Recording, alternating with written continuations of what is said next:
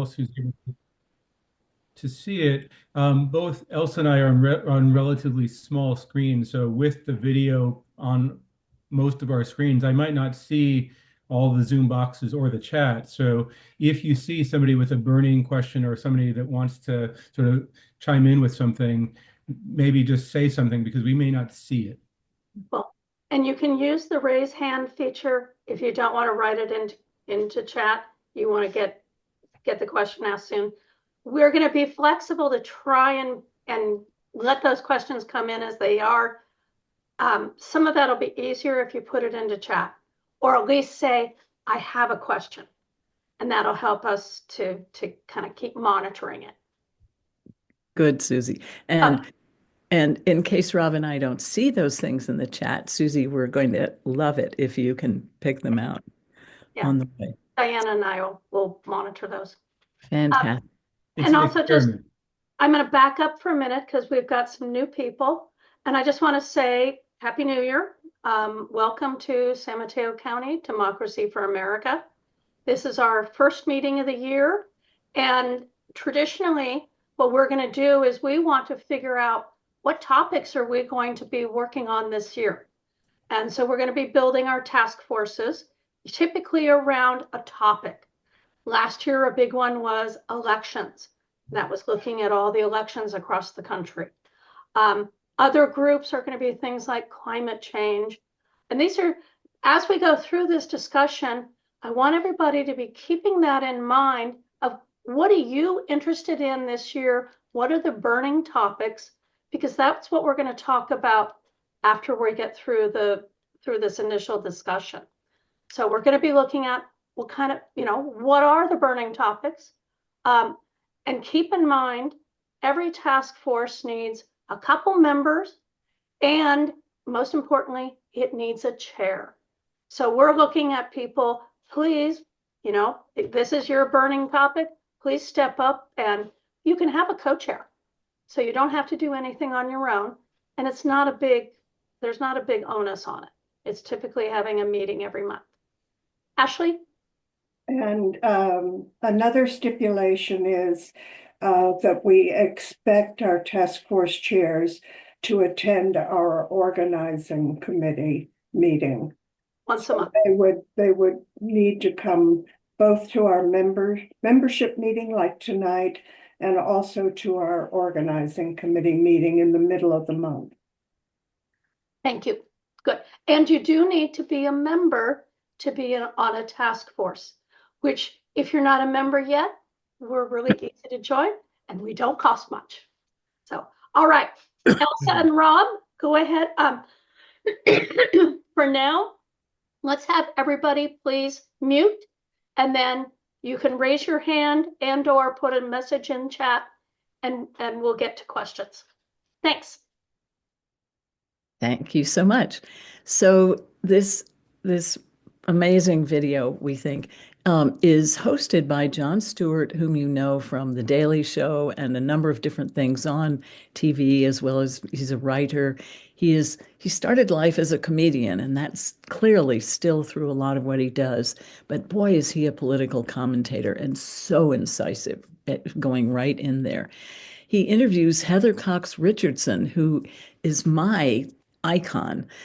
For a daily blog that she writes. And it's usually 5 days a week, occasionally a day off, where she takes current history. She takes what we read in the headlines day after day. She folds it into, but realize that in 1834, and then she can tell you how similar a situation that was, or what happened, what was going on in that situation that then changed our arc of history. And the background she gives, as well as for more modern day, when she says, oh, but we've seen this before. We've seen X, Y, and Z, or so-and-so saying this, but we know that A, B, and C. And she does it in a concise, brilliant way. It blows my mind she can do one a day. So I can't highly enough recommend your going into or becoming a member of that. You don't have to pay for it, but it's great if you do. And it's just an enlightening part of your day, early or late. So in the beginning, Jon says to her, he says a number of wonderful things, and he says, "So, were you surprised by the results of the election? And how have you been since then?" And her first response is, "I haven't been eating." And this interview was done 2 days after the 5th, so on the 7th. So we're still reverberating, no question. We probably still are. And to have her, of all people, say, "I haven't eaten in 2 days," was a wonderful shock to me of how human she is. But then she also contrasts, well, she says that it's not unexpected. We knew ahead of time this was tricky, except people might, like me, kept thinking, oh, Kamala's going to pull this out, as if she had any time. So Rob is going to cue us up to a few minutes of that early commentary for her on what she saw happen in that election. And hopefully it's showing up for your screens. I'm going to start it off right here. I'll just talk to you. Well, thank you so much, Heather. How did you experience election night? Was this something that caught you off guard? Was it something that was expected? What was your experience on the night? I don't think it was unexpected. I think we all had hopes that Americans had heard just how bad things would be under Donald Trump and would decide, even if they didn't like the policies of Harris and Walz, that they would go that direction. And that's not what happened. And I think there are lessons to be taken from that. The most important for me being that we're in a swirl of disinformation in this country, so that a lot of people who voted for Trump really truly voted for things that were the opposite of what they say they wanted. And that's a real problem going forward. Right. In terms of what exactly, because it's almost, if I'm thinking about kind of, and I boil it down to the commercials that I was watching for all the candidates, it feels in some respect that what they told you to be afraid of was better than what we told you to be afraid of. You know, they were basically selling a migrant invasion, a trans invasion. I mean, almost every commercial touched on either one of those. And it seemed as though from the left, it was, we are selling you that democracy is going to be over. And it seems like the people went, I'm more afraid of the migrants than I am of our system being eradicated. Does that feel accurate? Well, that may be accurate, but one of the things that I think we're going to have to grapple with going forward is that there has always been so much wiggle room in the strength of the United States that it was okay to backslide a little bit because the guardrails were there to keep us on track. And I think a lot of people can't imagine a world in which those guardrails aren't there, but they really aren't. I mean, what we have done is we have voted to get rid of the ones that are left because they have been so eroded over the past 40 years, really. So I think— What would those guardrails be, Heather, if I could? Well, I'll get there, but I do want to speak to what you just said about the things to fear. I think that's really important, that the right wing emphasized things that ordinary Americans had to fear that were not real. And they erased the things, that are real. I mean, objectively, our economy is fabulous. One of the best economies, or the best economy we've had since the 1960s. Real wages for 80% of Americans have gone up. Income for the top 20% has gone down in that period. Those are generally things that most voters would like, but they don't know that. They think the economy is terrible. It's a failing economy, and that Trump is going to come in with his tariffs and save that. And every economist will say that's exactly backward. So I think you have to grapple with the fact that people have been put into a position of something that political theorists, especially coming out of Russia, called political technology, which is that you can get people to vote away their democracy or to vote for the people that they are told to vote for, so long as you create a false world for them to believe in. And I think that that's really what we have seen right here. Right. How powerful is that? Great. So that's our first clip. We're going to skip to another one a little bit later on where they discuss sort of really what was the essence of sort of the Biden administration's sort of economic plan or priorities. And in some ways, just hearing Heather Cox Richardson describe this was sort of an epiphany for me.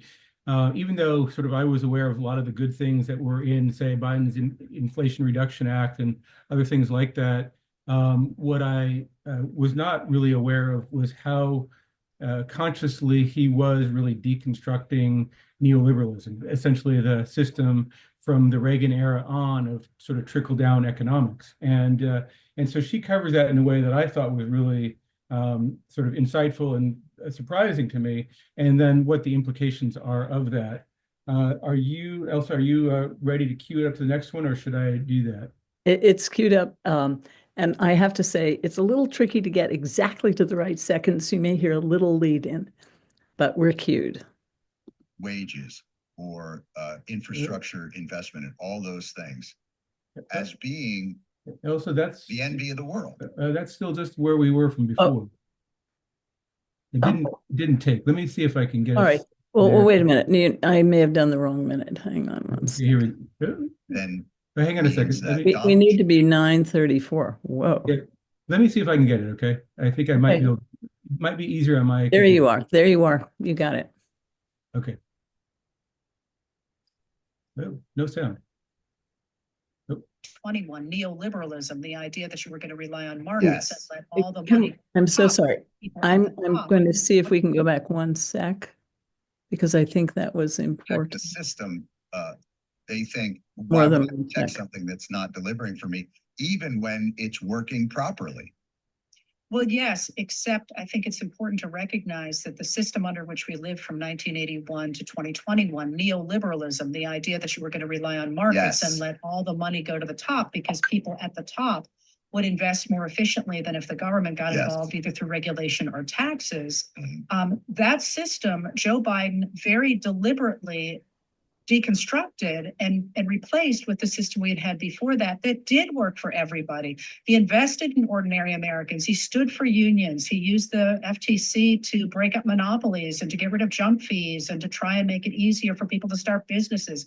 All the things that should have made ordinary Americans say, hey, yeah, this is pretty good. We had inflation, but wages went up faster than inflation. And yeah, eggs were more expensive, but that's because there was a bird flu. And then there was price gouging. All of these things that people like you and me tried to get out there, but that is not what voters heard. What they heard is eggs are more expensive, products are more expensive. It's Joe Biden's fault instead of the people who had really ruled from 1981 to 2021. And instead, what have they done? They have elected somebody who has vowed to put those old things back into place. Right. And make their lives more expensive, and then turn around and blame what they call the liberals, who they think are responsible for the cost of things because of their policies and because they have been welcoming to immigrants who also are important to our economy. Heather, you brought up a really interesting point, which is people are.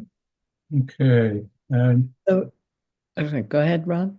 Oh, go ahead, Elsa. I was going to cue us up to the next one, but feel free to take over. Good. While you're queuing, that's the idea. So there was Biden saying, wait a minute, to all those decades of history, this is not headed in the right direction. He had Elizabeth Warren and Bernie talking in his ear 3 days a week in the White House. But he really did more to try to get rid of the falsities of neoliberalism and head back toward FDR's New Deal than we have seen since 81. And yet, because of the language on the other side, people thought they were voting for an investment in working families. The other guy, whose name I just don't feel like mentioning, would talk about the price of eggs and putting food on your table. And eventually Kamala got to that. But when Biden says the economy is great, when poorer people hear the economy, they think the stock market. That's not me. And it's not just that person saying the price of eggs, it's what they really pay for food. So there was a disconnect there, and the communication, again, is such a key thing. They think they voted for an investment in working families, but they actually voted for a return to that neoliberalism, which Biden had been really trying to dismantle. And of course, what does that lead to? Autocracy. Consensus of the period after World War II. But Biden has been, every day he's been out there saying, this is exactly what I'm doing and why I'm doing it. And, literally, he's even comparing some of his policies to those of FDR. And it just never cracked into the media. There was somebody who was out there yesterday saying, an economics reporter that I won't name, saying, people want to get rid of neoliberalism. And I'm like, we did. We Right. did, and Right. nobody knows it, and you voted to go back to it. And instead of going back to neoliberalism, what we're going to go to is autocracy, which is a different thing, Right. because it will not be governed by the rule of law. It will be governed by cronyism and the kind of corruption that we've seen in other autocracies. That's not what people think they're voting for. They think they're voting for the ideas that Biden embraced, investing in the middle class, investing in creating a new economy. And in fact, they've just voted that away in favor of a system of autocracy. You know, Heather, I almost would go you one further and say it's almost a rejection of Biden's economic policy in the sense that. Rob, I think that was it. That was it. Yeah, that's great. And so the next clip is going to follow on to this. And really, because of the fact that Biden so heavily focused on investing in working families and really received almost no sort of media attention to that or any kind of credit for that. And in fact, because the public was sort of misled into believing that, that things weren't working for them in ways that were really worse than they truly were. It creates an effect where it's very difficult for politicians to try to, put forward those policies like Biden did that would invest in working families, and try to, make the system geared towards regular people, because it clearly didn't work out for politicians, for Biden or the Democrats to do so. And that's what Heather Cox Richardson's going to cover in the next segment. Rob, I'm just going to add one thing, that there was a lag effect with COVID that was huge. It was COVID eventually that drove all those prices up, and they stayed there. And people would say, yeah, but he didn't do anything about it. But because of the lag effect, they not only blame Biden, they lived with it for a few years. Price of food on their table and gas in their tank. And that was a killer. Sorry, Rob. No, that's great. I think you're queued up to go forward with that. I can get it going here. The consensus in the media was that caused the inflation. I can't tell you how many times I've heard, it was just that last bit of stimulus that kept people in their houses in bed that made it so that the inflation is so unbearable now. In no way reckoning with the complexity of inflation or the complexity of our economy. And in some ways, I think locking in that feeling that if you stimulate the economy on the demand side, you will necessarily drive inflation.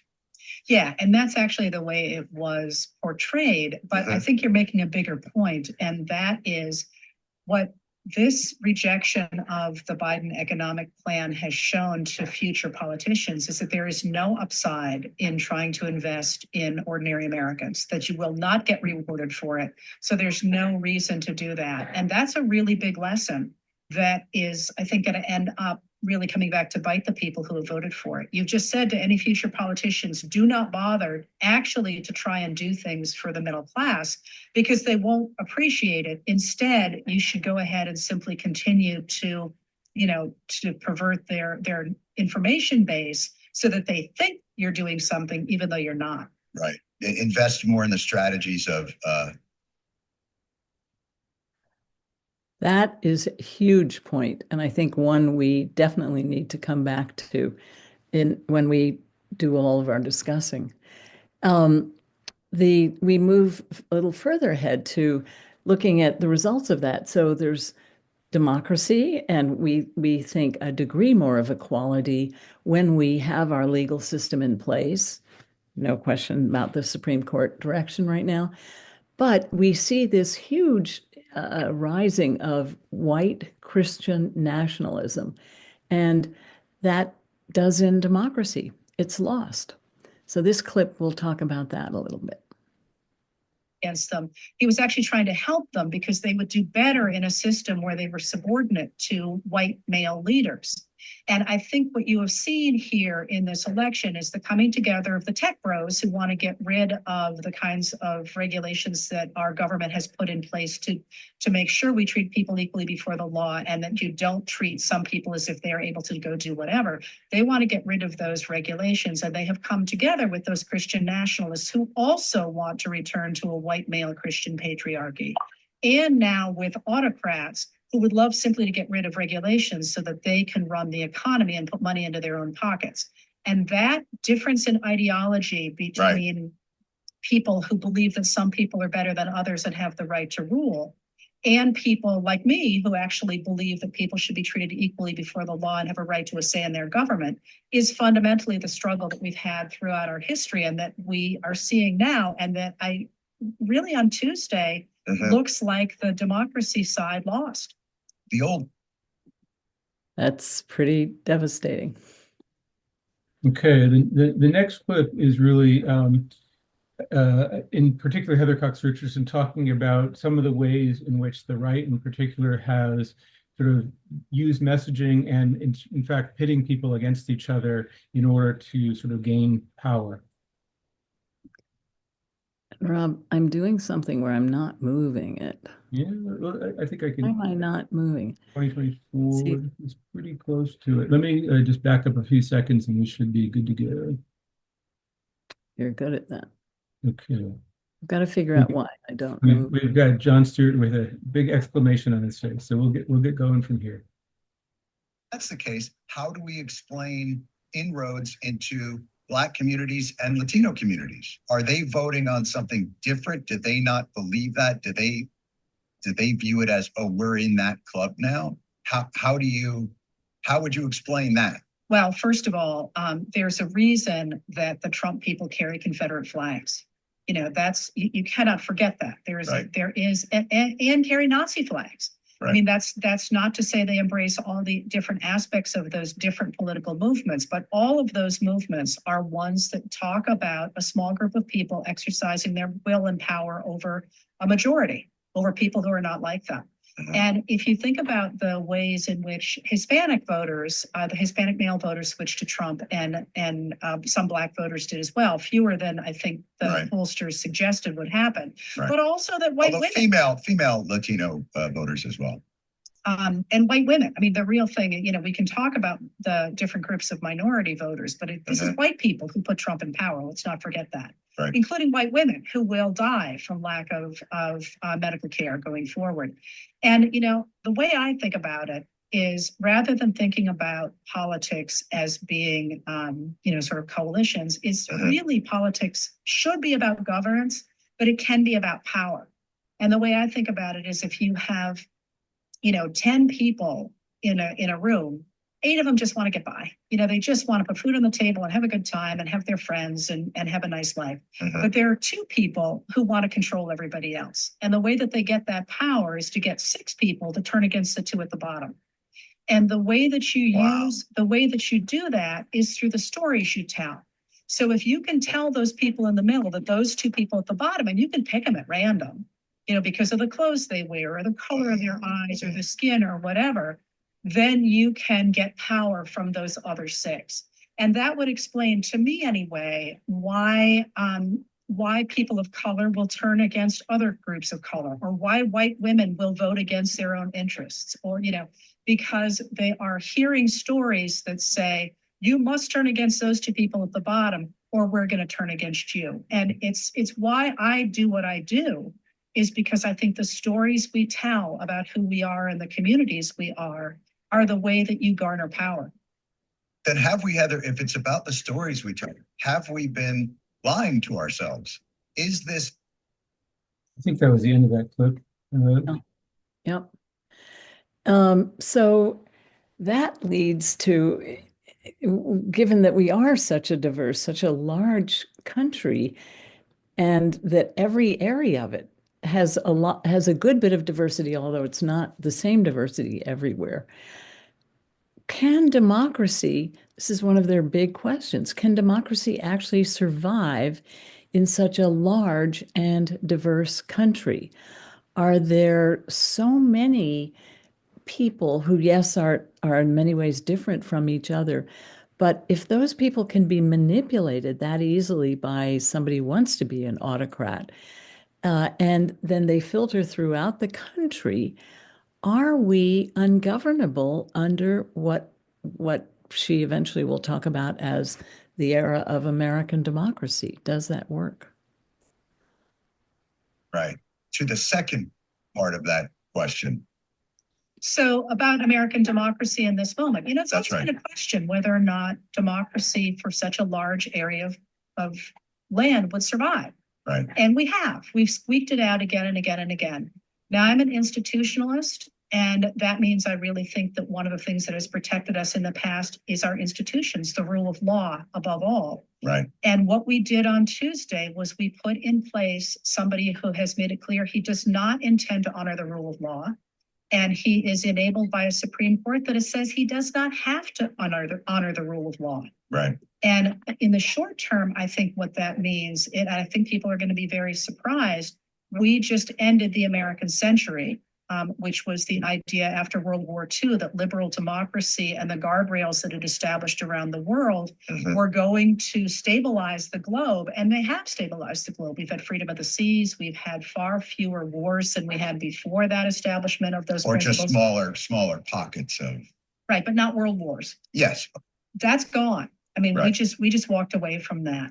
But it does raise the question of whether democracy is viable across 332 million people, that aside from even the fact that there are so many different kinds of people involved in it. And that, I think, is a real question that we have to grapple with. And I would maintain, I think, that we have just demonstrated that it's not, that we need to figure out ways to make our system more responsive to the American people in a way that it really hasn't been since 1929, when we capped the House of Representatives, so that now an average representatives district is over 500,000 people. Right. And in so many different ways, but this is a theoretical crisis as well as an on-the-ground crisis. And solving either one of those two things is going to have to be married to each other. But also, this isn't a question of saying, I can just get one more voter. It's a question of. Powerful. Cool. Ron? Yeah. So not only does she raise the question of are we as a country of 332 million people governable? Even if we were not so large, if we were different sized, countries or smaller segments, it's the fact that we are not an informed citizenry, that they're basically, people are not living in a fact-based world or in a reality-based world. It makes it very hard to be governable. The next clip, I think, is she does talk about really where maybe the future, at least in the short term, while we're trying to deal with sort of a non-functioning federal government, is that some states, are able to at least continue to have, sort of functioning democracies. And she does make some really good points as to what is the differences in terms of which states are functioning better, are more likely to have real democratic systems or support their communities and their this just average citizenry, the working families. And she makes a real distinction between, say, the northeastern states, which historically have had sort of small producers, versus sort of the southern states, which were capital intensive. Much of the money was owned by a very small few people and was much more dedicated towards sort of resource extraction and extractive methods. I think looks like we're close to that. So let's play that clip. Oh, we're without sound. Difference where people feel more represented. And one of the things that then jumps out to me is if you look at New England, for example, which is one of the models that Abraham Lincoln used when he thought about how the American West would look. Those states tend to have democratic systems, small d, as well as big D. And they have very prosperous economies. Massachusetts has healthcare. Right. People in those states are feeling pretty good about democracy and about their states. And one of the things that jumps out to me, again, as a historical theorist, as well as somebody who deals with the actual this happened, is that those systems are based in economies of small producers, if you will. Not so much now, but in the past. And I think the structures of our state economies are going to matter in terms of protecting democracies. And by that, I mean that if you look at economies, there are states that were based in the kind of small producer economies like New England was, versus states like the South and the American West that were always built on the idea of very high capital, using extractive methods to get resources out of the land, either cotton or mining or oil or water or agribusiness. Those economies always depend on a few people with a lot of money and then a whole bunch of people who are poor and doing the work for those rich guys. Right. And that, I'm not sure, is combatable in terms of governance without addressing the reality that, if people have more of a foothold in their own communities, they are then more likely to support the kinds of legislation that supports the community, education, healthcare. Right. And that may be the future of democracy, if not a national democracy. Dear Lord. Don't you want to hear the whole thing? They're just fascinating. Sorry, I'm catching me up. The next section, I think, is one of the most important ones. And she goes back to, so how did we get here in the first place? And she starts in the 1800s, where after the Civil War and the Industrial Revolution takes off full swing in the US, you see more and more concentration of wealth and therefore also power. And you see the rise within politics of things like Tammany Hall in New York, which we've all studied. And you see the regular people kind of left out in the cold and this concentration of power again. So the question is, what then led to the change in that concentration and in that there are the rich people and they're 95% of the poor people, if not 98, or the people who just aren't part of a good life. And the fascinating thing there is the lead up to FDR and to his vision from New York. And in New York, this is such a great thing. We can see, and this is us, I think, we can see how they began to see in New York not only the pushback, but the beginning of social justice, of a social network, social, I've forgotten what it's called, but the support system. And it wasn't started by the politicians, but then FDR, who grew up with that, took it and created the New Deal. Rob. Yeah, New Deal government that has been at the heart of the reactionary movement since it went into place in the 1930s began in the States. Quite literally, what happens is that in the late 19th century, the Democratic Party recognizes that it's got to toss overboard the white Confederate leaders because they're basically, they're losing constantly. And so they turn in the 1880s to urban governments, the urban governments that are directly answering the needs of their people. And those would be the machine governments, especially Tammany Hall in New York City. Oh, wow. Boss Tweed and the like. That's correct. Although he's gone by then, it's somebody else by then. And the first guy's the guy that they're really turning to, he's corrupt. He has to flee to Ireland. And the guy who replaces him is not corrupt. So he's got to find out some way to get votes of the people. And he actually does something really interesting. He goes to the settlement house workers. Those are the women who have, without votes, who have begun to try and take the hard edges off of industrial capitalism by living in areas that are inhabited primarily by immigrants and by working to reinforce social webs and to help new mothers and all that sort of thing. And he goes to them because they're the ones who are part of the voting community. And he says, what do people need? And because those women had been keeping statistics and had been talking to workers and had been in the factories, they could say, hey, they really need kindergartens. They really need protection of their food because you can paint candy with lead paint.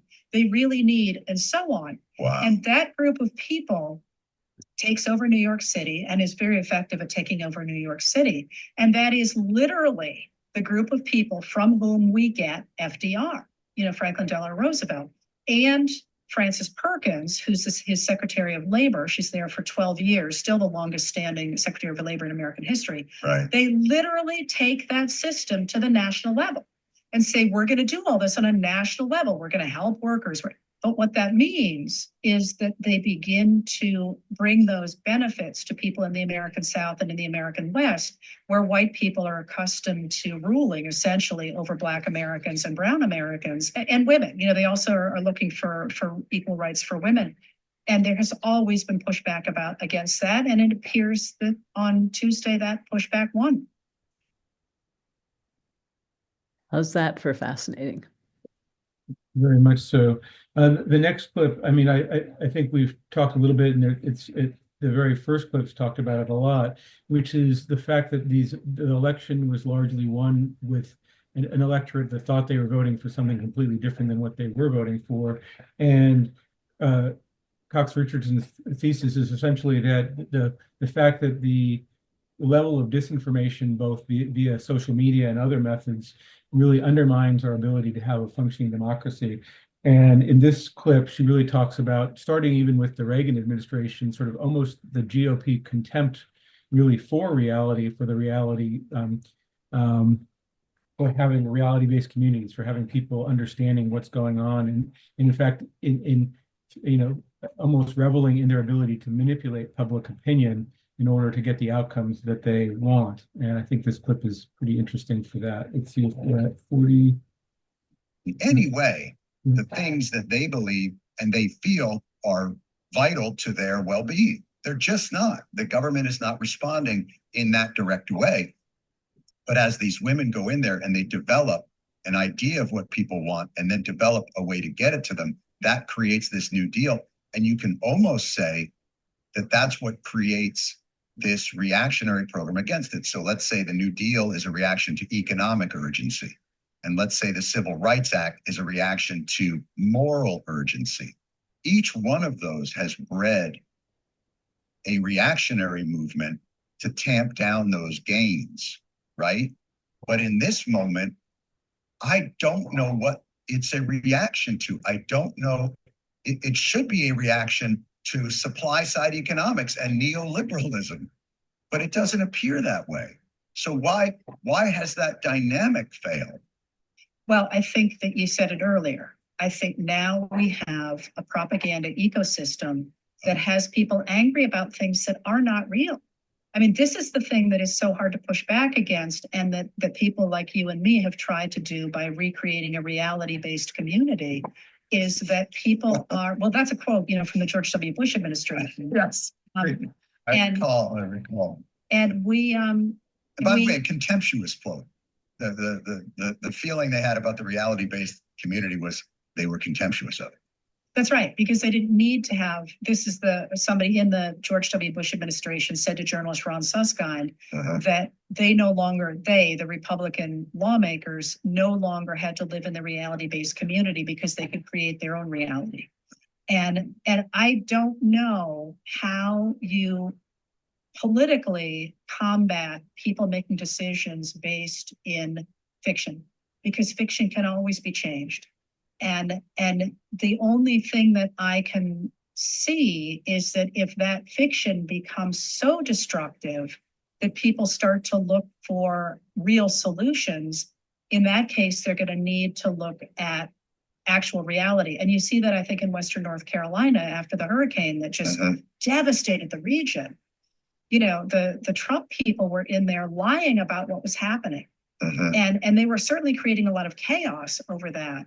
But people who were literally trying to stay alive turned to their neighbors and to trusted neighbors for real information about where water was available, for example.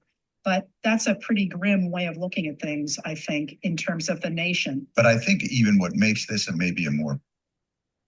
I think that was good. Did I cut that off too soon, or were you wanting to hear more? No. You went beautifully on that one. We had two options there, I think. Okay. Oh no, wait, Rob, you're on. Sorry. Am I right? Or did you just? I think it's you. Well, no, okay, yeah, sorry, I'm behind. So the next clip will take us to this famous. There were so many great quotes in that. But the Republicans, instead of just saying this is reality, vote this way, the Republicans said, well, given reality, they flipped it. They went down a level. Given reality, actually, here's who's causing this awful, terrible reality. And as she so eloquently earlier talked about 10 people that to at the top are in power, they take the six middle people and they say to the six middle people, oh, it's those two terrible groups of people on the bottom. They're the problem. And we're all in favor for you. We want to help you solve it with those people we can blame, whether it be blacks, whether it be the Irish, whether it be immigrants of any sort, and whether it be the Jews. There's so many, and you saw recently whether it be the Muslims too. And you foment hate and you divide people, which of course we've seen too much. Now we can look at that clip. As to why. And I think what has been done here is an exploitation of a real situation framed as resource guarding, framed as you would be getting this if it weren't for illegal, undocumented people, or all the money that goes to trans people, or all the money. So they've taken, I think, a reality for people and maybe found a way to exploit that to their end. And doesn't that make that a more difficult fight than just battling fantasy? Well, yes, and the irony is, of course, that they created it. And this has been a part of the Republican playbook since the 1980s. You know, the welfare queen, right? The reason that you're hurting is not because of policies that we're putting in place that are going to help the very wealthy. We know $50 trillion moved from the bottom 90% to the top 1% between 1981 and 2021. And yet people would say, oh, you know, the problem is these welfare ladies taking our money, right? But the real thing that you have identified is that this is absolutely the authoritarian playbook. And we know how it plays out. We have seen it play out in Rwanda. We have seen it play out in Nazi Germany. The continuing use of the government to benefit a very small group of people. Right. And to get people to stay behind that program by saying the real problem is those people. Right. And what the pattern that we have seen in those other places is, of course, to go after those people. And, you know, the Nazis said it doesn't matter who those people are because you're really not trying to fix a problem. You're trying to keep your voting bloc or your support bloc behind you. So yeah, I thought that was fascinating. And also just knowing that, you know, that the degree to which the money has sort of changed hands, essentially like the $50 trillion. I mean, I had some idea, but not that much for sure. So she paints a pretty grim picture of where we're at, especially the sort of dysfunctional systems, and in fact, the fact that people are so ill-informed as to what's really going on. But this next clip is at least, I want to say, a little bit hopeful, but it's also trying to give a little bit of perspective from other times in history when things were maybe equally grim and people were able to find means of holding on, means of resisting, and means of working together within community to be more effective at looking after themselves and fighting the system. Are you ready for that? Yeah. You know, everyone keeps saying we've never been here before, but the American South from about 1874 to 1965 was the world that we are looking at nationally now. And Black Americans and their white allies in the South, and poor whites who were also treated poorly by those state administrations in the South, they lived. They made communities. They kept alive the idea of being treated equally before the law and having a say in the government. They resisted in domestic ways, through communities, through art, through literature, through efficacies of their own in terms of determining how they live their lives. We have been here and we will emerge in some fashion from it. Right. But for people like me, you know, you watch what is really the end of a certain kind of American democracy. And it's very sad. You know, the many of us still believe in those dreams. Right. I think even some of the people who voted for Trump still believe in those dreams. I think so too. I really do. I don't think that. How's that for leaving you with a question? Yeah.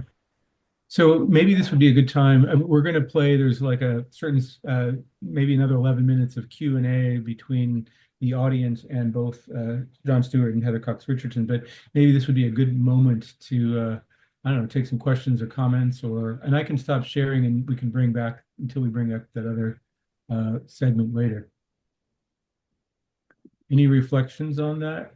We've tried to sort of capture what we thought were, some of the most important, at least the most interesting themes that we saw in it. For instance, what do you think of her point that, gee, for 332 million people, is that too many to govern with a traditional setup with democracy?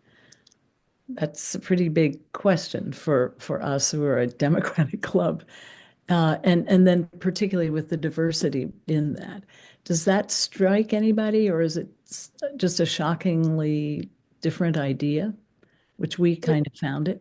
We've got Elsa, I'm not sure if you can see it, but we've got a number of hands raised. Mike's got his hand up.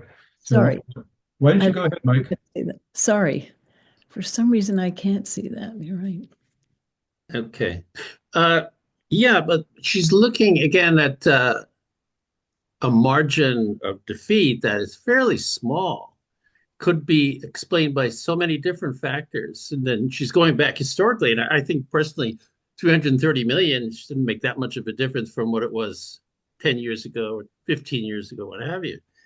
But I just think that so many different explainers could be looked to as to why that margin shifted from, say, the 9 million that voted for Biden versus what happened this last time. And to me, I think they want to maybe concentrate on that, because my own personal view is allowing unlimited money to run the system is basically condemning us to this kind of thing forever. Just letting some sycophant or what would you call these guys? Anyway, like the Hitler types, but get a big microphone. I mean, we're seeing it today. Elon, he's going over to Europe now. Yeah, he's done enough damage here. He's heading to Europe, and you're seeing the results of enormous amounts of money running the media and running the messaging. And I think, to me, this last one was, how the hell did they promise Biden a second term? I mean, with any other candidate with a proper Democratic convention, I think you had a much better shot. And how did that happen? I'm surprised she even isn't looking at that. And I'll leave it at that. Those are great points, Mike. I tend to agree with you that the 330 million people isn't the problem. It's the problem that people didn't have the right facts, or they weren't really aware of what was going on, and that has a lot to do. And I think she talks about that with the rise of social media, and especially when you have things like, say, Twitter, which is now X, which is where a lot of people get their news, being owned by essentially one person who can use it sort of, at his whim to get out whatever information he wants. And so that disinformation is pretty insidious. Leading to autocracy. Yep. Marshall, you have your hand up. Would you like to? Yeah. Well, I don't necessarily disagree with what she said. But I agree with Mike about some of the flaws, and I didn't do what she did.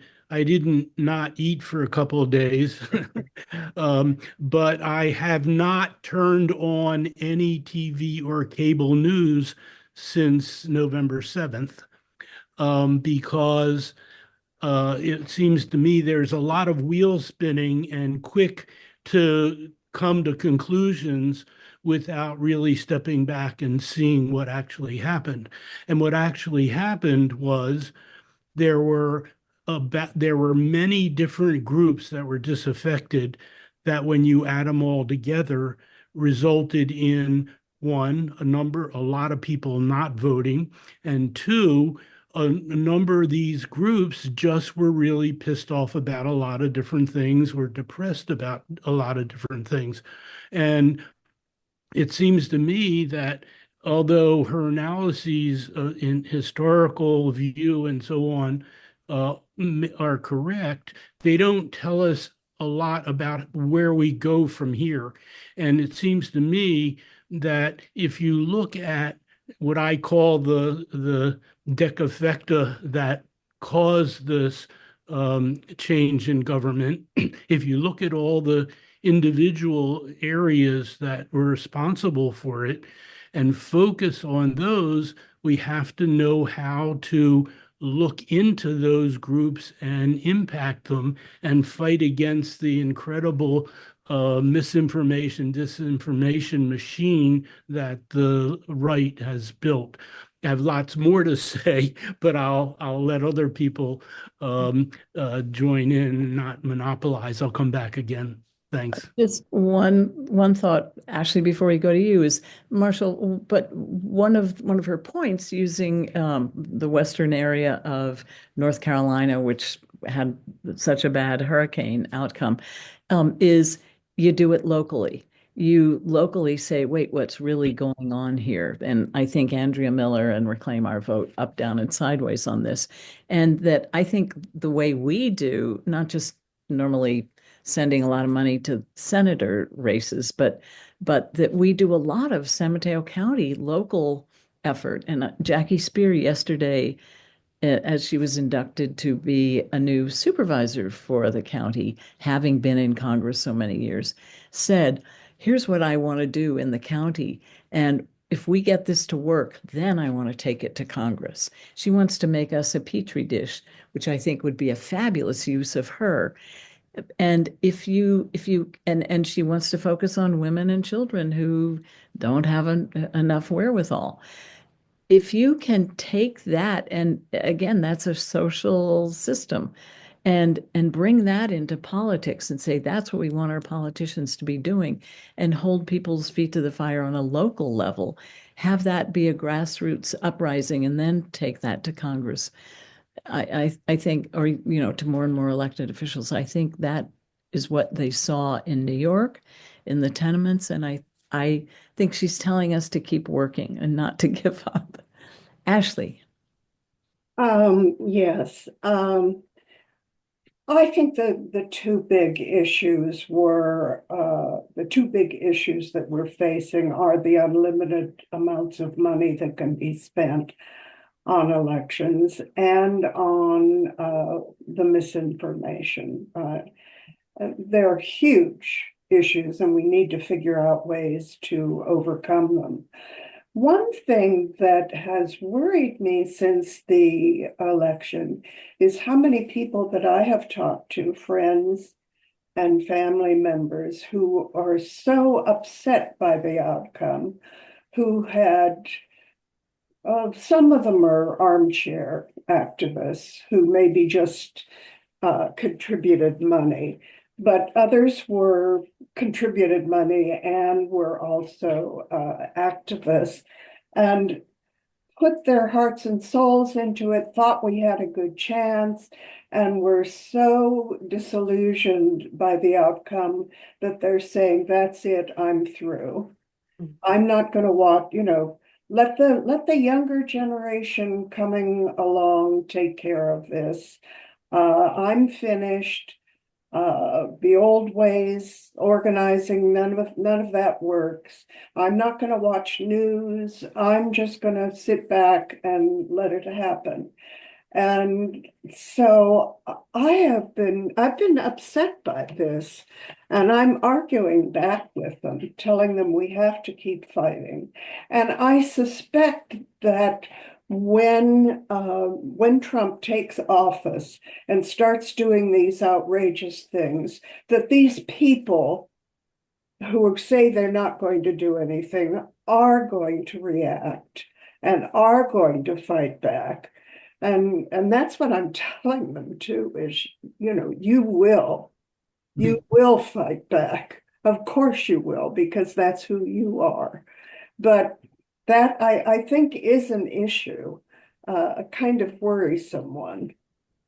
And 21% fewer young people voted in this election than in 2020. To me, that's mind-blowing. And that's not all worries about Gaza. That's too big a number. Yeah. And we owe it to them. We can't just step back and let them take. That's why we have to look at each segment in the electorate and see what each of them has been responding to and how we can impact and influence them. Yes. And what their problems are, and ask them what their daily life problems are. Richard. Why don't you go ahead? You always have something insightful to say. I'm anxious to hear your thoughts. That was you, Richard.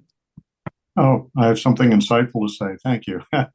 Pressure. I don't hear that too often. Hi everybody. It's great to see some long-term friends. I'm sorry I haven't been involved in your meetings for our meetings for quite a while, but I think I would just echo some of what Marshall and Mike said. You know, as brilliant as I think Heather Cox Richardson is, and I try to read her column most days. Yeah, I think there was a beautiful analysis of the Republican strategy. I think I agree with some of the comments. I think that may not have been in the extracts he showed, that either she or John Stewart said, the Democrats did a very respectably good job of sort of assembling a good coalition and hitting some of the good messages. And there's so many moving parts, so many factors that contribute to very close outcomes, right? I mean, 1.5% difference. And when the Democrats have won, it's been at most a few percent. And if there's any group I despise, it's whatever that 5 or 6% that just can't figure it out. I have more respect for somebody that's Trump all the way than for the people that just are like, gee, I don't know what to do, but that's who decides the future of our nation. But I guess just a few very quick points. One is that, there's certain factors that are just in the world, right? I mean, it's not the US, Canada, England, Germany, France, Japan, Awesome. they've all seen, change elections. And for the most part, those were bad changes towards the right, but it was against the established incumbent. So there's some moods that are out there that are not unique to the U.S. We've got to see that as part of the backdrop here in terms of the state of the world economy, the state of the world, political economy. I think the other point, if I can maybe say something provocative, is, when Tim Walz was chosen largely, I think in good part because he came up with that clever thing, like Trump they're just weird. And that lasted a few weeks, and then they're not weird, they're fascists. But I think a lot of people think that the Democrats are a little bit weirder than they think the Republicans were at this moment in time. And I kind of agree with that. When you look at, and it's not necessarily what Harris or Biden were focused on, because I think Biden is the best president I've lived under, in terms of what he accomplished. He was not able to get out. He had no vigor, and was not able to get out there the way you need the president to be, salesman in chief, which was a big problem. And, they hit his debilitating state. So there's so many different factors. But I think one of the factors we got to look at is, yeah, we know what the Trump Republican folks are up to, but they are what they are. But what we can affect is what our side is, and I think we've got to really change and adjust our message and our focus, and acknowledge the ways in which a lot of what, if it's not necessarily Democratic Party leaders, but that things associated with the Democratic Party have just become very weird for someone who doesn't really have a big stake in politics one way or the other, but is looking at some of the cultural ways in which the Democrats have gone way off track. I'll leave it at that. Thank you. Are you partially referencing things like identity politics? Totally. I mean, the first thing, and I've won and I've lost races. I would know, when I ran and the NRA sent me a questionnaire, I know better than to fill out that questionnaire. A Democrat like Harris should know better than to fill out an ACLU questionnaire. Sorry, but that's what I believe. You've got to figure out what are the issues that are going to put you in so much jeopardy that you don't feel you've got to rush to embrace them. Yes, that's what I'm talking about. Susie. I kind of want to go back to one of the things Ashley talked about, which is, the apathy and why didn't people vote? And this all kind of goes back to Heather's talk about, is democracy, is it still viable? And that Ashley, you said, well, people will come back after something happens.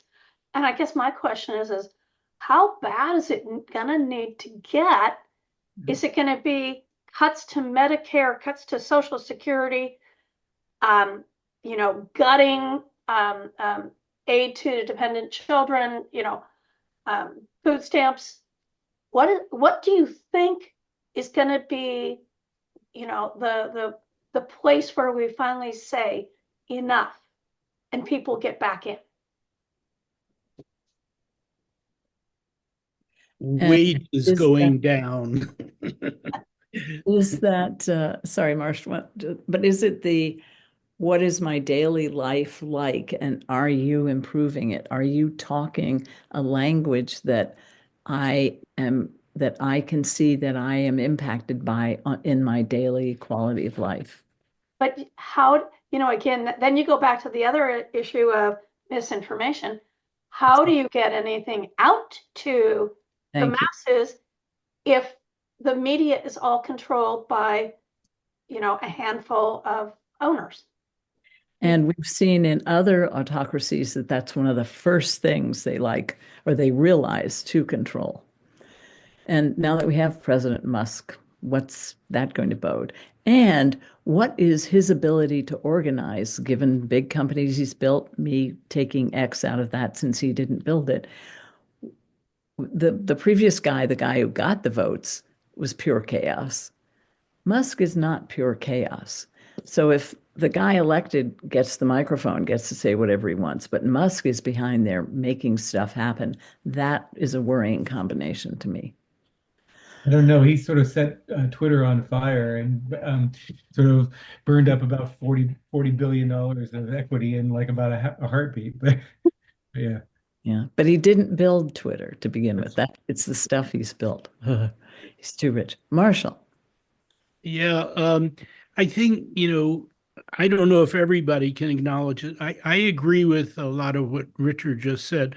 And Biden actually was the first president since before Reagan to do what people actually needed and want.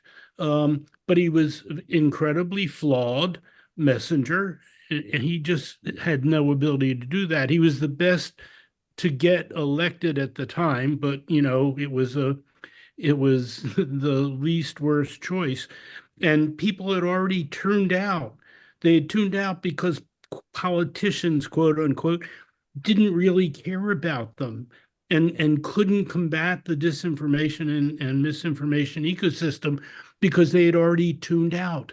Because after decades of them not being paid attention to and getting better wages and better ability to have a middle class life and the decline of unions, they just weren't listening to his short period of major successes. There were tons of successes, as Richard and everybody said, but by then they had tuned out and they were listening to all this other right-wing stuff because it gave them hope. And it was the hope that they voted for. Of course, they're going to be greatly disappointed, but that's what they voted for in a lot of ways. So what do we do about that disappointment over the next few years? How do we point that out? What do we do to make them think, oh my God, my life is worse? Well, Trump is going to help us do that, but they have so much money, he's going to help us do it by doing some awful things. But we need to focus on each of those little electorates. There are dozens of them. There are workers that don't tune into lots and lots of media, that aren't getting good wages, and the moneyed class now, like the Musk, and others who want to eliminate unions and reduce wages, are going to kill them. So we need to focus on the workers. We need to focus on the unions. We have to focus on women. Without women, the society is going to collapse anyway. We have to focus on climate. We have to focus on all these major issues in blocks, in little focus blocks. And none of us can do all of them, but we need to figure out how to support the groups that are focused, laser focused on each of them. And make sure they talk locally to the daily impacts of all of those things, I think. Mm-hmm. Joanne. Hi, I want to go back to education, being a teacher, and how he wants to get rid of the Department of Education.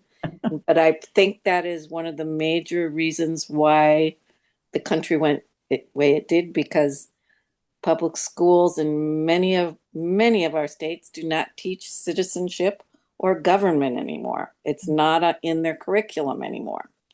So when you're saying the kids aren't voting, it's because they weren't taught how our government works anymore. That has been Republicans have been getting on to the local school boards, and they have gotten rid of the curriculum that is needed. And as you know, Trump wants to get rid of the Department of Education and just all have it go to religious schools. So, there has to, as a teacher, hopefully teachers will unite and start saying we need public school education and we need to be able to teach government again. And I've seen teachers do a lot of uniting without parents doing a thing about it. So I think it also is up to us in some ways to say the day by day and to make sure teachers somehow can have that dialogue with parents to say, here's what it used to look like. Here's what it looks like now. Your child's losing out. Well, and sometimes though it's, the schools teach the kids then take it home to the parents that weren't raised about voting. They didn't grow up sitting around the dining room table like I did with a Democrat and a Republican. So, it could be. And the family that doesn't have dinner together again. Yeah, that too. Gregory Lowe. Yes, I agree with everything you guys are saying, but I still feel that the cost of living was the albatross for Kamala. The cost of living inflation did it. If she hadn't had that albatross, she would have won. Everything else is true, but she would have won. But she couldn't fight that albatross. Gregory, I 1000% agree with you. And in the end, the last month and after month, she was talking the right language about food on your table. I hadn't heard, to me, she made it the simpler language that we all really do understand day to day. And if I don't know what you do about that, by the way, but she said we're going to work on that. And it would be great if that message had had time to get through. And I agree, though, also, I think she built fabulous coalitions, which Heather also attributed to her prowess. And a lot of them appealed to young people. But she also didn't have time to get the message out very long. And Well, she had 107 days. She could have had 2 or 3 months if Biden had resigned earlier. exactly, exactly. Those two things together did her in. I agree. Marsh. Yeah, but that didn't happen, Greg. So there's nothing, he couldn't undo that. But Joanne made a really important point about the school boards and the teachers and the autocrat wing work very cleverly to get lots of religious groups into school boards and lots of very vocal people that could pile on to the things that the Democrats overly focused on and took over school boards. And I think that's one of the groups, I said there are all these little groups. One of the groups is that we need to focus on is getting back into school boards in mass, in, people that understand that you have to have broad education, that you have to get rid of dogma, you have to have critical thinking, you have to have an understanding of what democracy actually means, and so on and so forth. So that's one of the dozen or two of the areas that we need to focus on and support. The right wing got, what are the Mothers for Liberty or whatever I think it's called, and those kinds of groups. They weren't, they didn't come out of the blue. They were planned strategically to do exactly what they've done over the last decade or two. And to brainwash people into thinking, they could join these dogmatic groups and Because they'll it's have a wonderful like I life. say, it's very emotional. I don't know who that And was. so I don't quite know what to Someone is do about that. Mute your Talk. But anyway,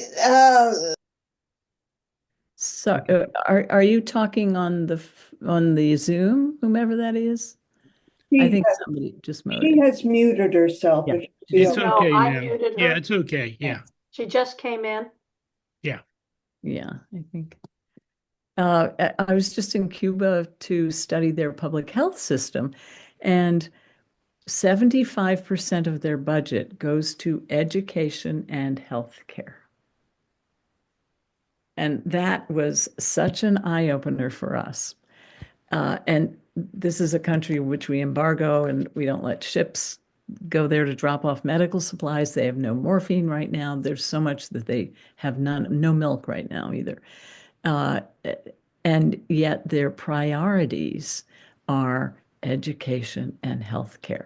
They're taking care of the human being. They have a 3-tiered system for healthcare, similar to education, but everything is local to start with. The physicians and nurses live in the neighborhoods where the people live that they take care of. Every morning they're in the clinic. Every afternoon they're visiting people in their homes. That's just one of the differences.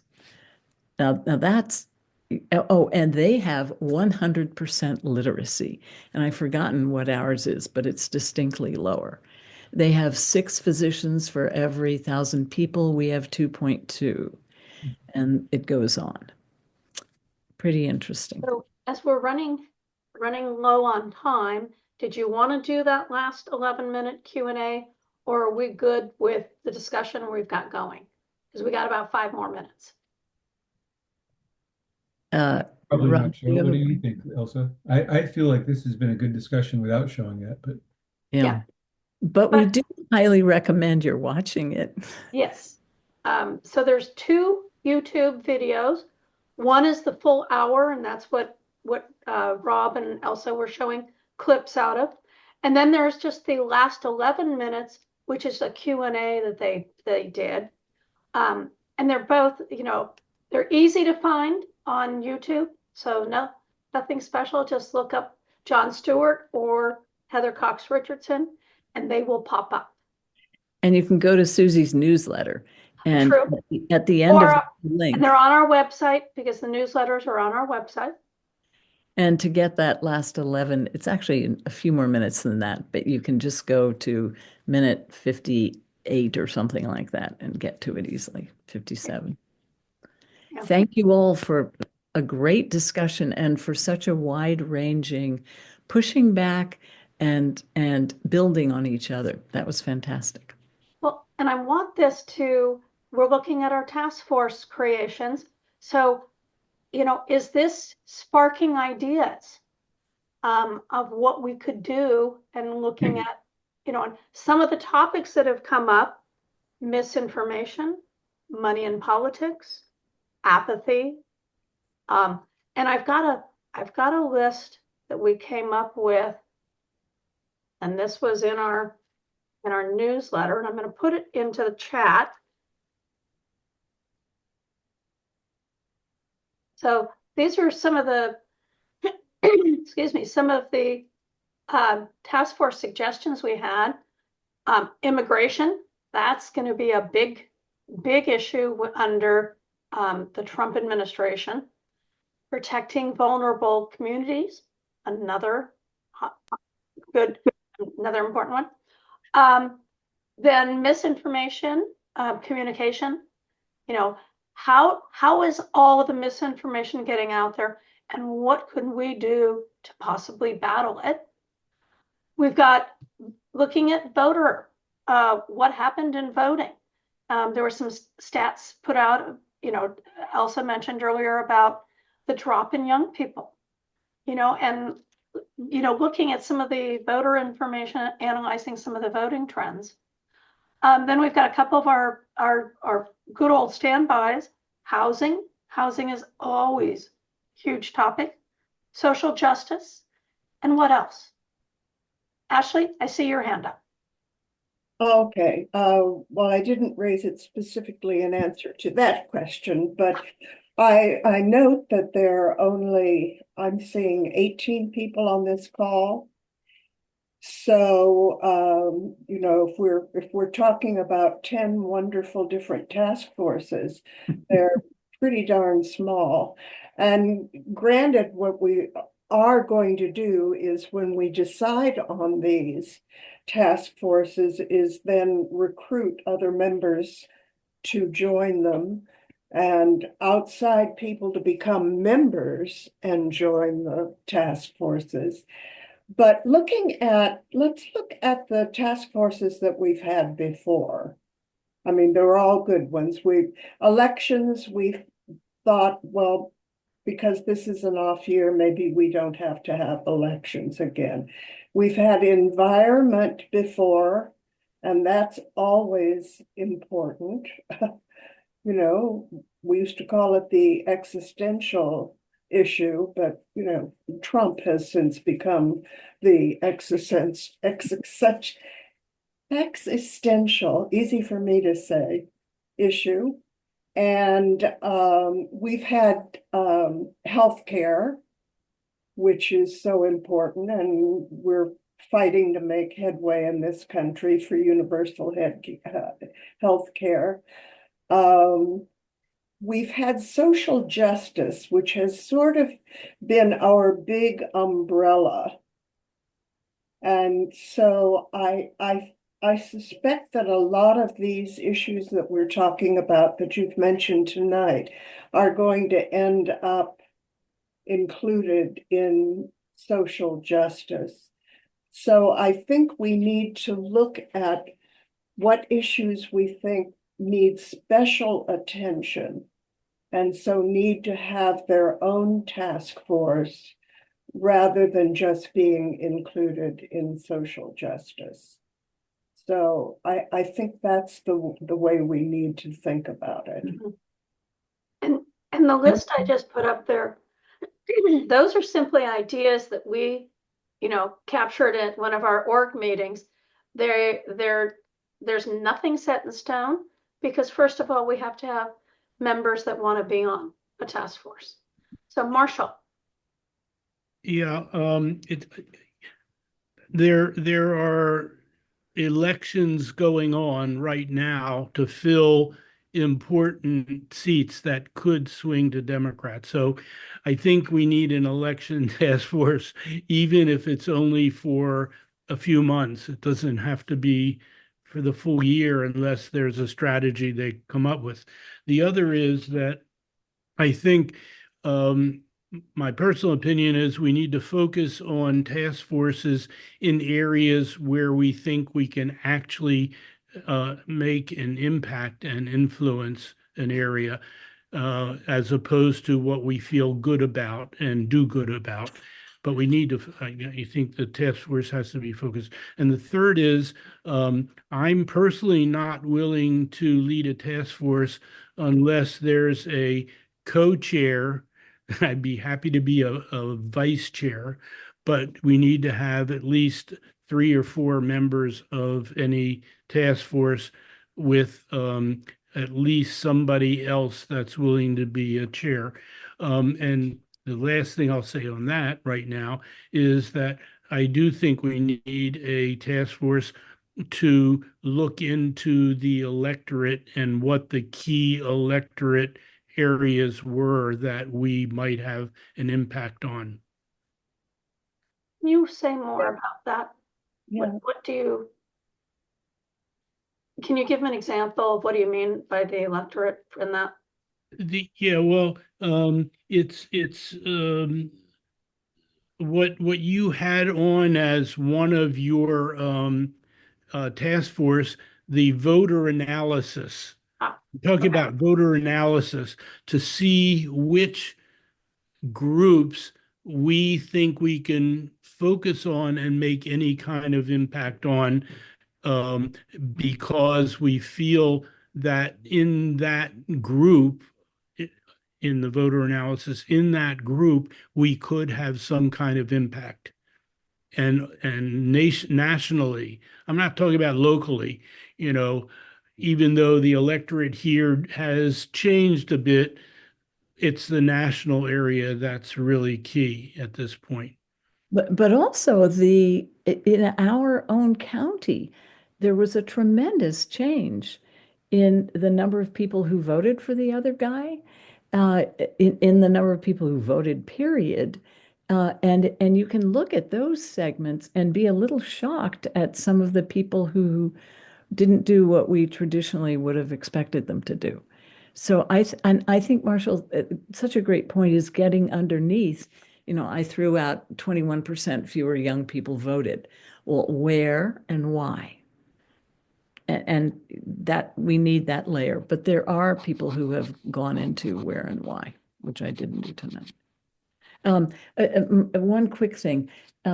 This is my hand raised thing. I was on healthcare last time, and Marsh, maybe this is a little like elections, where I think both of those can become, given particularly healthcare, since the other guys are in power, there's a limited amount we can do to push things like Medicare for all, but there are things we can do with the lower hanging fruit. We can get more and more Dems on board with that. But I think we can bring up, and Medicare Advantage, all of those things, we can bring up some of those issues as they become relevant. And rather than having a task force assigned to it, which is hard to have something going on all the time. Those of us who've been very involved in it, like you, Marshall, in elections, can bring us those individual one-off elections that come.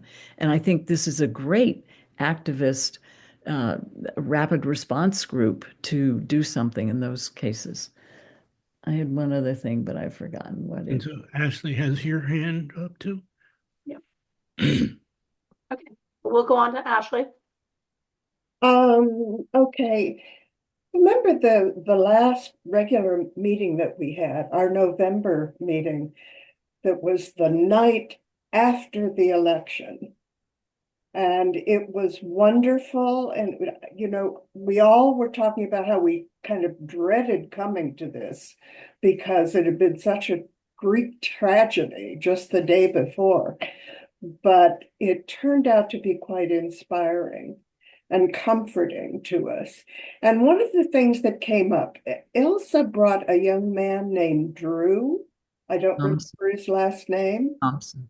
And he was wonderful. He talked to us about how we had missed, he's the young guy. And looking around, you'll see there are not too many really young guys here, except maybe Rob. Rob. I don't know. And Nancy's a young woman. And Yes, Joanne's a young right. woman. But one of the things he was talking about was how we had missed the boat communicating especially with young people, and how they were all watching, I don't know, TikTok and some of the other social media programs, and saying they don't watch television and they don't read newspapers, and they're just getting all their informations from these from the social network. So I'm thinking we even talked about it that night, that maybe we would have a task force on communications, and that could be fairly broad, because that could also include fighting censorship, which is, happening more and more, and communicating, identifying, talking about the message, and equally important, how to present it, how to frame it, and where to present it. So I think communications might be a good one. And immigration is going to be huge. That might fall under social justice, though. That might be a main focus for them. So anyway, my 2 cents. Yeah, and the misinformation would just fall right into that communication, Right, that umbrella. right. Diana? So I'd like us to think, as we're talking about these task forces, what it actually is that we are able to do at the local level. Because we can have, these conversations about, well, this we need to impact this segment or that segment of the population that voted the wrong way. But when you get right down to it, what are we actually able to do locally? And so I would really like us to, as we're talking about these task forces, imagine what those specific things are that we might be able to do. It happens that I'm the chair of a new committee in Redwood City called Surge, showing up for racial justice. And one of the conversations we're having is checking in with the police chief, the county's superintendent of schools, and others to find out how we can protect students of color, our residents, and others who might need help. And I guess what I'm suggesting is that that's the kind of conversation I think we need to have. We can definitely align ourselves with national organizations, and I always appreciate knowing, when there's someone that needs financial support or whatever, who's trying to do the right thing in another place. But really, I think we need to think of ourselves as being a local organization that is trying to protect people locally. And that's kind of my focus and suggestion. Brava. Richard?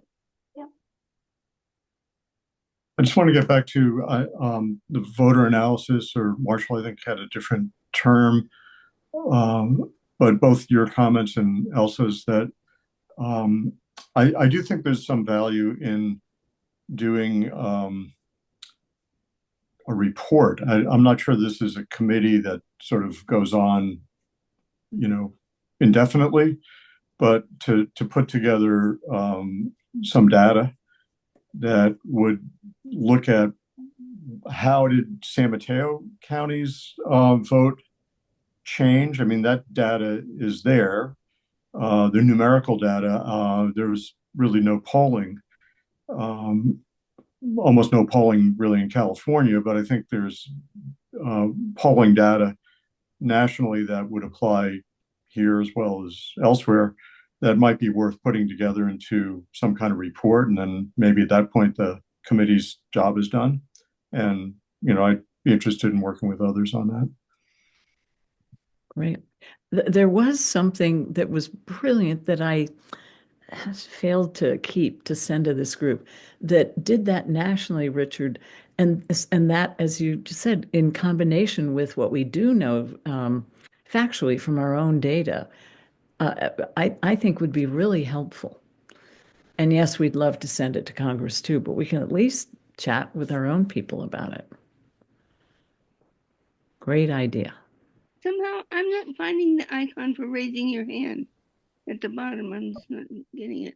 Then do exactly what you just did. Gail. Speak up. Yeah. Well, when I think of the social justice, the environmental committee or task force never really got off the ground or took on big projects. But I see, I don't think I would change the name because it would be too long, but I see environmental consequences of the environment as being really part of social justice. And I also would like to emphasize, I think the key issue, as they said in the discussion, I think was that voters were hoodwinked. They were fed a lot of baloney and believed it. And I didn't notice maybe that the media doesn't get the message out either, because you need their cooperation, right, to get these stories out. But people, I was even myself shocked to hear all the wonderful things that the Biden administration did. I didn't even know they did all those things. And I don't think very many people knew. So miscommunications would be really helpful for communications and plus fact checking. If we can send those messages to the White House. Ashley. I think another thing, we in the past have been counted as being a successful organization because of the influence that we have on our elected officials. And so I think we need to keep that in mind too. And one way I'm thinking of it is our California is going to be a huge driver of the opposition to Trump and the terrible things that he does. So I think we want to keep alive our relationships with our legislators so that we can make sure that they're on track as we see it in effectively fighting the measures that he's going to enact. So I think that's something that we want to keep in mind too, is our relationship with our electeds. Do you see that as a liaison task force kind of thing? Well, what we've done before, we've had each of the task forces, I'm thinking in terms of the annual meetings. Mm-hmm. And resolutions that we send during resolutions, right. And so but always maybe so that would come under influencing the Democratic Party too, because most often our resolutions go on to success with the county Democratic Party and then going beyond to the California Democratic Party. So yes, And I think those should come out of each of the task forces rather than having a task force dedicated to that.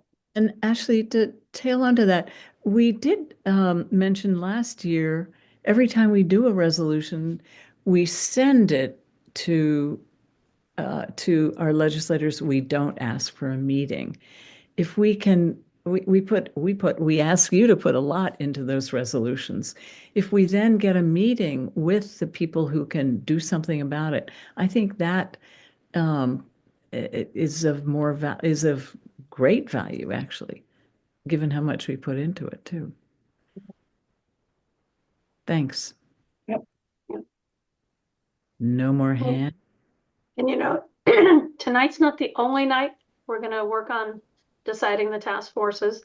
We will continue this into February because we do need to have enough people on a task force. And as Marshall mentioned too, we've got to have task force chairs, co-chairs, make it easy. And members. Yeah, and we've got to have members in each. And you mentioned climate, but we've got to have, it's one thing to have members and create the task force, but you've got to have it, somebody has to be ready to step up and say, okay, I'll take charge this year. And, it's not a, not a nothing task to chair it. But you've got to have the members of the task force have to agree that they're going to work on it and they're not just coming once a month to attend a meeting and chat. So, we need to be, we used to do more of going to Sacramento, lobbying our assembly and Senate members. Maybe it's time this year to get back to that, depending on what we're working on. They don't live in our district. Who doesn't? Our senators don't live where we live. We can be very county and district oriented with very helpful people like Josh Becker. Oh, but Becker is our senator. That's what I'm saying. I'm talking about Sacramento. Yeah. I'm not talking U.S. Senate. No. Oh, sorry. Yeah, I flipped to U.S. Granted. Sorry. Oh, another issue. I think it might be a good idea to put off officially setting up the task forces until our next meeting. Before we go, I'd love to see a poll of everybody who's here telling which ones they think sound interesting. And then another thing that Flavia wanted us to bring up is that she needs someone. We need to start recruiting someone to take over her duties as watching over our tending our website and our social media. And environment. Yeah, and posting our newsletters, our event dates. But basically someone to help on the communications side. I would also love help putting newsletters together. They're not hard. They take a bit of time. And it would be nice to have a team helping out, so no one person in the club is trying to do all these duties. Elsa? And it was that wonderful young fellow whom I got to come, I think it was one time, maybe two, but it was maybe only one, who we were all thrilled with. A young person and he's a techie and he's clearly, but very well balanced, but he's clearly of a generation that he knows all the social media stuff. And I did then, and he is the one who did send me the video that we asked you to watch about and that we talked about for this whole time. This came from Drew. So he's wonderfully plugged in, and he did so much work for the end of the election here in California and in Arizona. And he wrote a while ago and he said, what else can I do? And I said, we need you to do we need, posting, website, blah, blah, blah, blah. And by the way, we're doing this tonight. Could you come be on our panel? And I never heard from him again. And I thought, oh no, I had too long a list, or maybe it was a list of things he didn't want to do. So I have to have a chat with him and encourage him to actually have that chat. But Yeah. I also think, no kidding, I also think it'd be great if each of us brought one more person next meeting and in the task force arena. And we know that whole DCC is there, but we also all have neighbors and book group friends and uh, every once in a while people who say, gee, what can I be doing? Let's not forget those people as potential DFA people too. So Rob, could I see we, your hand. sorry, could we ask what people are interested in? Well, okay, I got Rob's hand up, so we'll do that, and then we'll go around. Oh, just a quick thing. I think it's wise to start thinking about which task force you want now. But I think in about 12 days, I think the priorities are going to be even more sharpened as soon as you start seeing things happen. I liked Diana's comment about thinking about, well, what kind of actions can we take locally that can be effective? And I think also that's going to be where there's going to be a lot more critical need. The committee of protecting vulnerable communities, for example, once they start, rolling out their sort of mass deportation plan, I think that's going to be all the more obvious. That's where bodies are needed and help is urgently needed. And I think we're going to really need to start thinking about not just engaging the political system, like talking to representatives, but really civil disobedience and how to, put ourselves in the way of things that need to be stopped. But that'll become all the more clear in a couple of weeks. So your next meeting will probably be a really good time to be thinking about which task force people want to be part of, because the future will be here. And I'll just add one thing. Jackie Spears, one of our new supervisors, talk about a powerhouse. And boy, can she use a microphone well. She is very wary of immigration in our county. And she worked with her daughter at one point her daughter, I think, is a reporter with ABC, on a whole anti-immigrant special that daughter did. And we think of her as the liberal, the progressive person, but there are interesting issues there too. So there's plenty to do locally. Well, who would like to start with saying what they're interested in? I guess I'll start. So I think I'm pretty interested in this voter analysis, but also the communication side, because I really want to know, where should we be posting information? Where are other people looking? So there's this new Blue Sky. Well, that's supposed to be the replacement for Twitter, because people are going off Twitter. So those are my two. Who wants to go next? Okay, so it was communication, and what was the second one? The voter analysis, the electorate Okay. that you were talking about. Yeah. I'm interested in communications and immigration. I think those are two we're going to need to address. Okay, who's next? I bet Nancy Goodman will say, we'll say immigration also.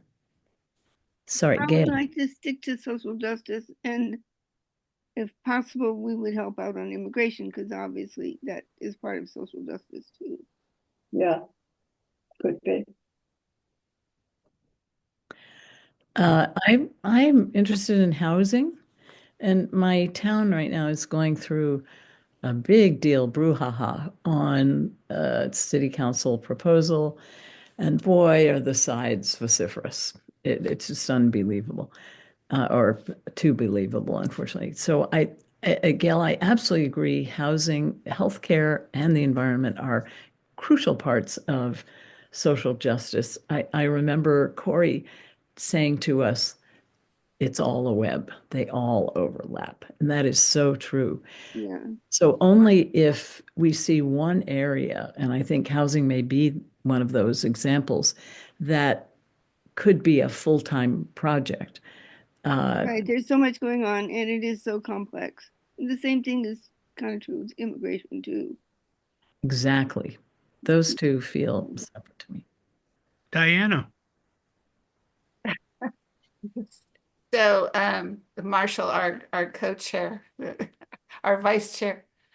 So I can report that years ago I worked on a immigration project where we were working with immigration attorneys, and those of us who were lay people were triaging immigrants to go over their paperwork and let them know what was missing, and in order for them, when they had the meeting with the attorney, it made it more efficient for them. So I can report that that's one example of something where we can help. One of the things we're doing with Surge is making sure that our action item is to make sure that their parents now have a text messaging in many of the schools. We want to make sure that if there's a threat of ICE being at the school, that the parents know about it immediately. All the parents know about it immediately. And so there are a variety of things that we're working on with education and with immigration. I personally am willing to continue to co-chair social justice. It's becoming very difficult for me to meet on Fridays is the issue. And so if we're able to switch that date to Tuesday or Thursday, then I can continue with social justice. But and we can definitely roll housing and immigration into those as well. It would mean that people would have to be looking, with Elsa's example, looking at Menlo Park specifically, whereas I would be more apt to be looking at the county or Redwood City, because it is there's a lot of moving parts, and there's a lot of different ways of looking at those parts. So anyway, I can do social justice, but we need to move the date. Thanks. Thank you. That's fine. And it's Menlo Park right now, but it's been Burlingame before, and I mean we've got 20 cities, and Portola Valley, which is considered a town, has completely fallen off the planet for what they're trying to do. It's tiny, so I don't know that we worry about that. Let them worry about it, but it's amazing. So if we focus on big cities and cities which are making a big deal about it, I think that could be very helpful. Thanks, Diana. Oh, and Diana, since we're talking, Tuesday nights are, I believe, Menlo Park City Council. So it might be better to meet on Thursdays in order not to have a conflict if there were meetings on housing in Menlo Park, which it seems there likely will be. And there are 2 meetings a month, so there are 2 other Tuesdays that are okay. Well, but that's something we could do. Avoid, yeah. Do a not a. Who else? Well, I am not volunteering to chair something at the moment, and I think Susie's right. Next month we'll revisit this, and there were a number of people that, for one reason or another, weren't attending today, weren't able to. And I agree with Diana and Ashley that, obviously we have to be focused locally as well. My interest is in the voter analysis to help us focus our strategies.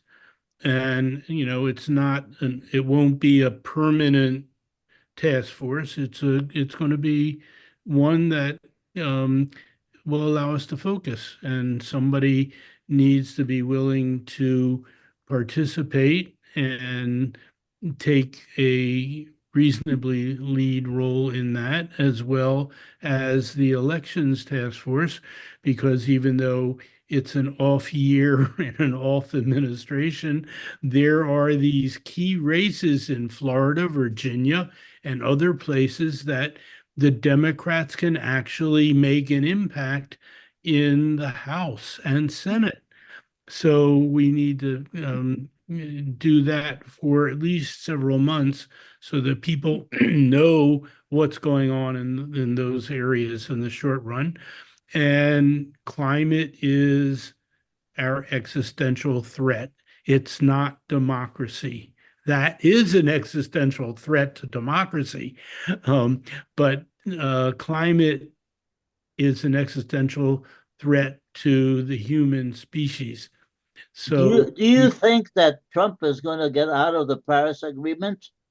well, I don't know. We're going to find out. I mean, I'm not I can't prognosticate on that one. I wouldn't put it past him. He tried it, he did it last time, and he will do it again. Why wouldn't he? You know, That would be a disaster. Because he doesn't care. He's a nihilist. He does not care. It's all about power and control. And whatever will give him power and control, he'll do. He doesn't care about, other people and the species and future. So could we hear from, or sorry, Nancy had her hand up. Okay. Yeah, so I also am interested in getting involved. If you get a task force for whatever elections are coming up and getting involved in that. Also would love to do, looking into the voter analysis stuff. And especially with the communications and the amount of disinformation that we've been seeing and the recent move away from doing any kind of fact checking on the platforms now, I think that's really becoming important. So, and, I'm willing also, I can help in the background with let me know if you need help putting stuff together or, background activities, I'm willing to help with there too, and can probably co-chair with somebody. So, Okay. Yep. Can you Xerox yourself? We love that speech. Okay, I see Joanne's hand up and then Shirley. Yeah, it sounds to me like the voter analysis communication and the election task force should be together. Yes, Seems like that should be something that would be like together. Okay. Could be, yeah.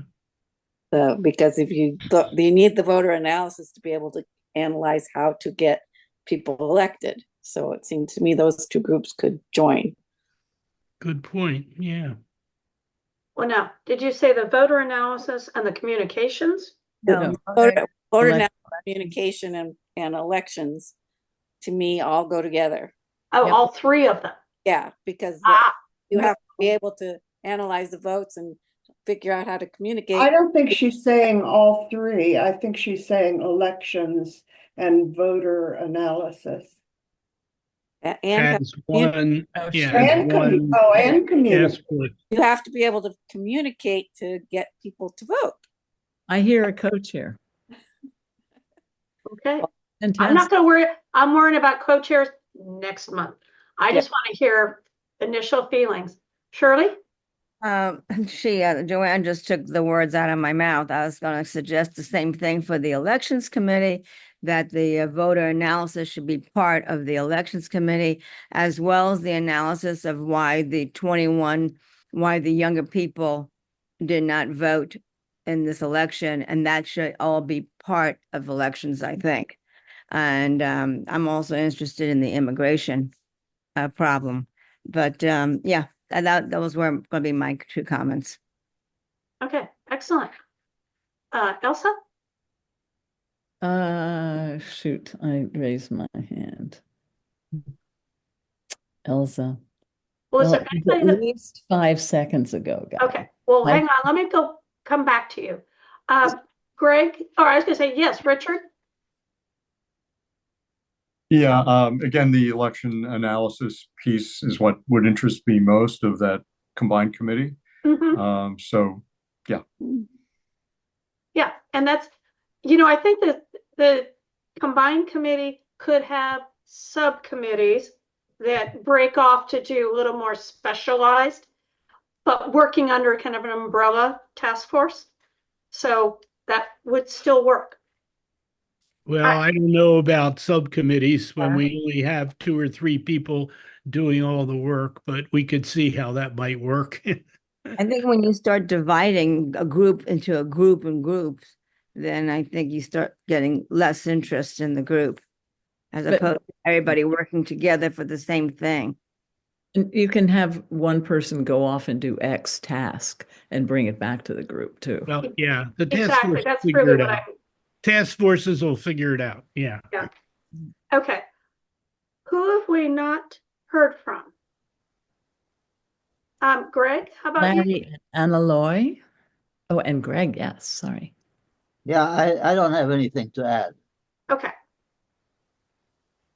But Gregory, we count on you as the brain trust to aid and abet all the way Well, through. I would like you to think about communications in terms of what happened today with the fires, where Gavin Newsom was with Biden asking for help from the federal government, and Trump said it was all Gavin Newsom's fault and he lied. So what do you do about this kind of lie? What do you do? Yeah.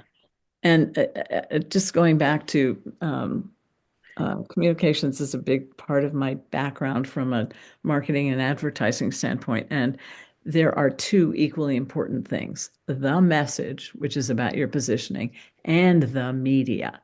And unless you know who you want to be your target audience and why, if you don't know how to reach those people in a medium they trust, doesn't matter what your message is. So I love this group playing that much on media, but positioning and then message and then target audience and then what media. Marshall McLuhan, the media is the message. And the target audience is the reason we want to do voter analysis. Exactly. The brilliant combination. Because it's not a one answer for all, and not anymore. Not in this media world. Okay, it's 9 o'clock, and I'm going to say we did pretty good. So, could we just ask if Annaloy or Larry might have any thoughts? Okay. I'll speak up. Can you hear me? Okay. Yes. Yes. Okay. Well, I'm sorry to have missed most of the meeting. I got called away on something else, and this is my first time in a long time that I've dropped back in on this group. But I would say I'm really impressed by all of you, first of all. But I would say the things that would draw me would be definitely communications and media. And this really came home to me during the George Floyd time when I realized that the old ways of networking and communicating that I'd been used to weren't working. And I could never figure out who in this younger group of people, how they put together their rallies and their communication was a complete mystery to me. And so I am really interested in unraveling that, and for us to use. Obviously, the ways that we've been trying to communicate haven't been working very well. And so I think we really need to do some changing there. And the other thing is that I'm very interested in the immigration issue. And I know that San Jose or Santa Clara is doing these rapid response networks things. Yes. I have not been able to find anything like that happening in San Mateo County so far. And so that would be something to maybe explore and communicate about. So great list. There is a group called SIMSR, or whose initials are SIMSR, and please don't ask me to go through what the 6 are, but they are very active on immigration and have done a lot with the Board of Supervisors to do a number of very good things. And they're a little worried with some of the new board members that some of that might backslide. But but we do have it, at least we used to have, and I used to be on a rapid response thing where they let the immigrant out of jail at midnight and have called ICE ahead of time, and that person went right into the hands of ICE before the family knew about it. And we would be by the side of the family. We would, if we knew about it ahead of time, we show up with cameras and video things, and then work with the family, to for them to try to communicate about what's happening and get lawyers and all that. But Diana, do you know if that still exists? I moved and I didn't check it out down here. Diane. I have that will be a job of each of the task forces too, is to figure out who to partner with. Yes, on good. the various projects. Yeah. Well, I will say that I did communicate with the person who was organizing the rapid response net training that's coming up in a few days in Santa Clara, and I asked her, do you know what's happening in San Mateo County? And she said she'd check on it, and I haven't heard back from her, but it didn't sound like that there was any maybe communication network between the two counties on this issue. So ACLU is always a good one to partner with on immigration. Yeah, I'm attending their meeting tomorrow, so maybe I'll pick up some more. But it's just what was going on locally in San Mateo County. I just yeah. But I don't know what the past history of this group has been around those issues. So I'm a little bit new in this arena. You sound very plugged in. I will say that Fix in San Mateo County, which has been working on getting civilian oversight for the vis-a-vis the sheriff's office, because it does impact a lot of people who are immigrants, which is an amazing percentage of the county, touches on a lot of these too. So could you give me the letters of the group that you're referring to, the Sims or something? I didn't. Oh, Simser. Yes, I can. Analoy, I hate to say it, but can you give me your contact information? Because I can send you a couple of those. Okay. You can, if you don't want to give the whole group, you can send it directly to me in the chat. You just click on the button that says everyone and my name will come down. But we'd love to have you. I mean, you got our newsletter, so you must get it monthly. Okay, great. Well, we'd love to get to know you. Oh, okay. I will type in my email. Thanks. That's great. Right now. Great, because I'm going to have to go look up the exact initials too. And I see that Diana put in the chat something. If anybody didn't see it, a lot of people are looking for something to do on January 20th as dyspeptic antidote. Diana, you want to say anything about that? I'm excited about it because it's a bit of a protest, isn't it? It's something that I would rather be doing than watching something else on TV.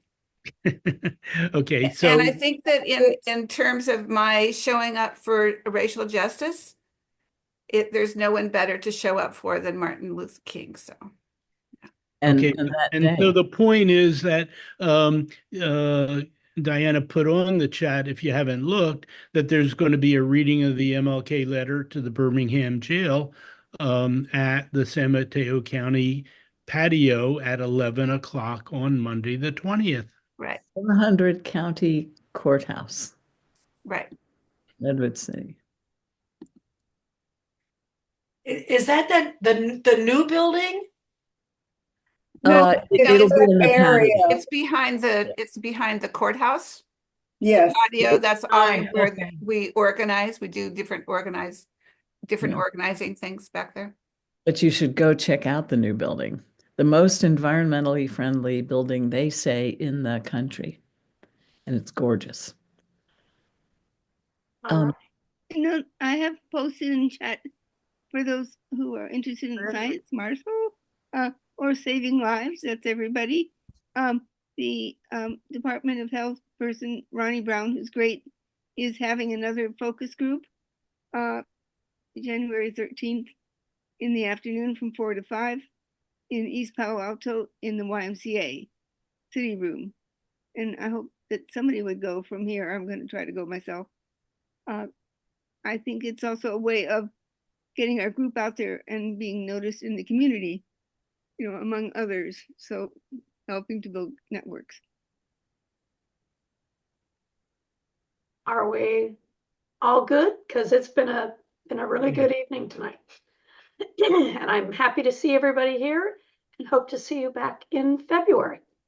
We'll be hopefully talking about Measure A, which impacts all of us in San Mateo County. Susie, we had such good ideas tonight and Surge and things like that. Simser, is there any way to send out if we all send them to you, a mini summary, not a full newsletter, but a mini summary of here are great links people talked about tonight, and the Martin Luther King reading and more Susie work, I realize. I don't know, because I'm not actually seeing any links. No, I know. If we sent them to you, like I'm looking. Well, they could go out to talk if everybody is part of the talk email group. Yeah, I'm thinking something that says that's all together as one.